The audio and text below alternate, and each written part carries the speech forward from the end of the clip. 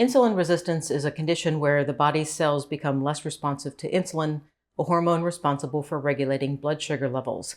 As a result, the pancreas produces more insulin to compensate, leading to chronically high insulin levels that significantly impact your weight loss efforts.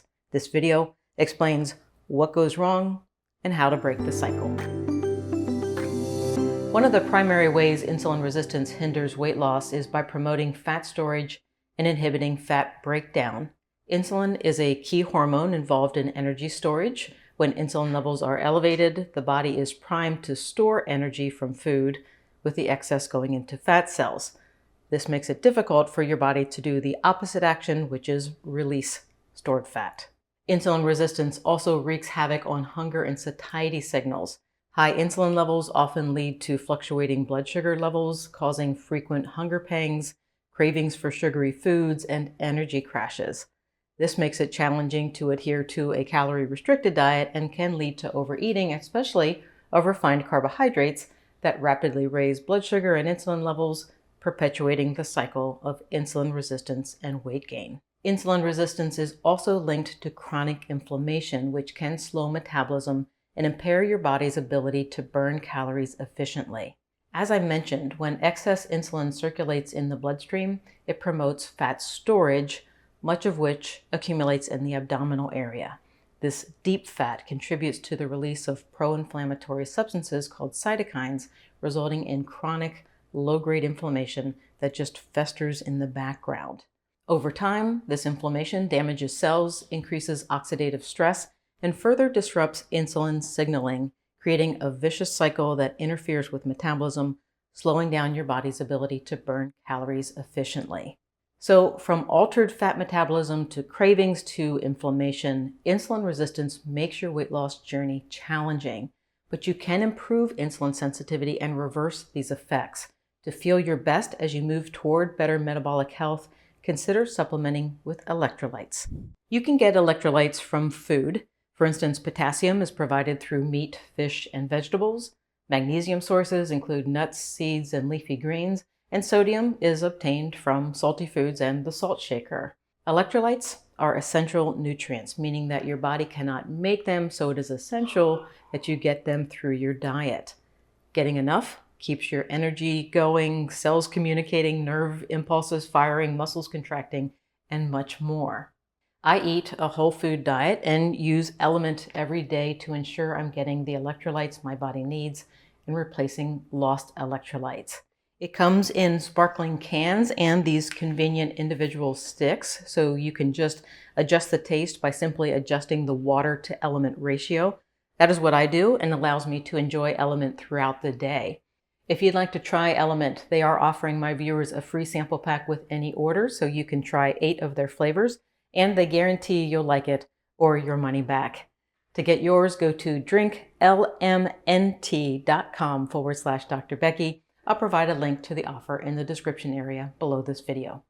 When you break the cycle of insulin resistance, your body can better regulate blood sugar, enhance fat burning, and support long-term weight management. The tricky part is that the consequences of insulin resistance are not pronounced. They don't slap you in the face with a wake-up call.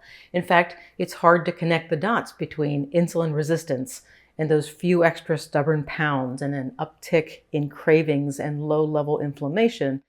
So we continue on through life with a sense that we're getting away with it.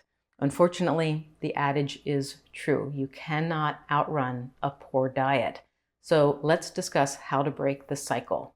Insulin resistance is said to be a lifestyle disorder, which means it is produced by or exacerbated by lifestyle choices. The upside of that is that the condition can potentially be prevented or reversed through diet and lifestyle changes. The most important thing is to bring quick digesting carbs under control.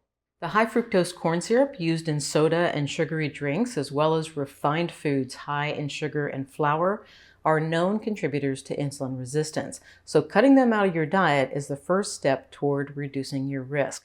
That is easier said than done when you consider the fact that these ultra-processed items make up over 60% of our food supply.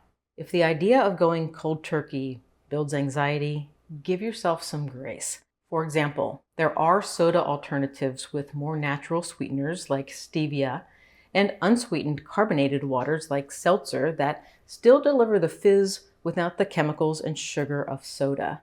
As for carbohydrates, if you set a daily cap at no more than 100 grams, you'll automatically avoid highly refined carbs and stabilize your blood sugar.